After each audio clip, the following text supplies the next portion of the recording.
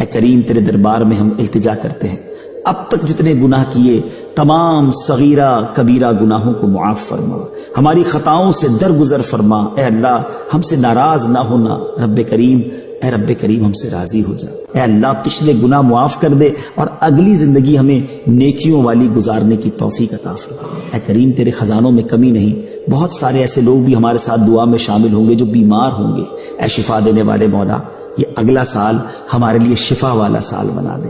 اے اللہ حرمین کی حاضری کے لیے جو تڑپ رہے ہیں، یہ آنے والا سال ہم سب کو مکہ پاک اور مدینہ طیبہ کی حاضری نصیب فرما، اسی سال ہمیں حج بھی نصیب فرما۔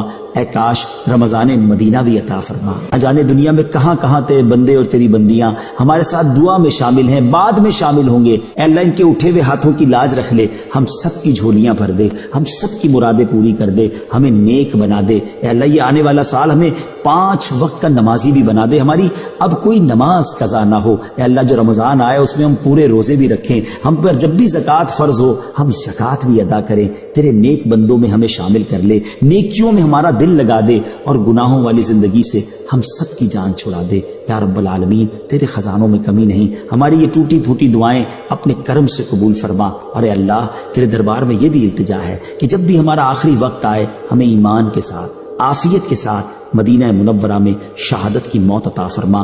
آمین بجاہ النبی الامین صلی اللہ تعالی علیہ وسلم وعلی آلہ وصحبہ وبارک وسلم۔